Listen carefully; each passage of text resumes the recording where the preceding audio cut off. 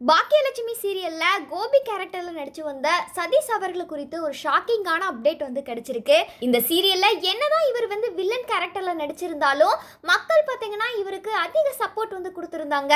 அதுக்கு என்ன காரணம்னு பாத்தீங்கன்னா இவரோட ஆக்டிங் பர்ஃபார்மன்ஸ், இவரோட முகபாவனை எல்லாமே பாத்தீங்கன்னா ரியாலிட்டியாவே இருக்கும். இதனாலேயே இவருக்கு ஏகப்பட்ட ரசிகர் பட்டாளங்கள் இருக்குதுன்னே சொல்லலாம். இதை தொடர்ந்து இப்ப ரீசெண்டா தான் இந்த பாக்கியலட்சுமி சீரியல் முடிவுக்கு வந்துச்சு. இதுக்கப்புறம் சதீஷ் அவர்கள் எந்த தொடர்ல நடிக்க போறாரு அப்படின்னு சொல்லிட்டு மக்கள் பலருமே எதிர்பார்த்து காத்திருந்தாங்க. அந்த நேரத்துல சதீஷ் அவர்கள் மறுபடியும் புது சீரியல்ல கமிட் ஆயிருக்காங்க அப்படின்ற ஒரு சில தகவலுமே வெளியா இருந்துச்சு. அது மட்டும் இல்லாம அந்த சீரியல்ல அவருக்கு ஜோடியா மறுபடியும் சுசித்ரா தான் நடிக்க போறாங்க அப்படின்ற தகவலுமே வெளியா இருந்துச்சு. இந்த ஒரு விஷயத்தை கேள்விப்பட்டதும் ரசிகர்கள் பலருமே செம்ம ஹாப்பியா இருந்தாங்க.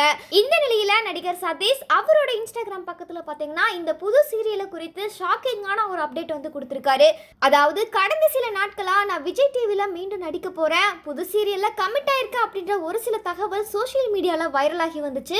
ஆனா நான் அந்த புது சீரியல்ல நடிக்க போறதில்ல, வேற ஏதாவது எனக்கு ப்ராஜெக்ட் வந்துச்சுன்னா கண்டிப்பா நான் உங்களை மீட் பண்றேன் அப்படின்னு சொல்லிட்டு ரொம்பவுமே எமோஷனலா பேசியிருந்தாரு. அவர் பேசின இந்த ஒரு ஸ்பீச்சுக்கு ரசிகர்கள் பலருமே ஏமாற்றமும் அடைஞ்சிருக்காங்க.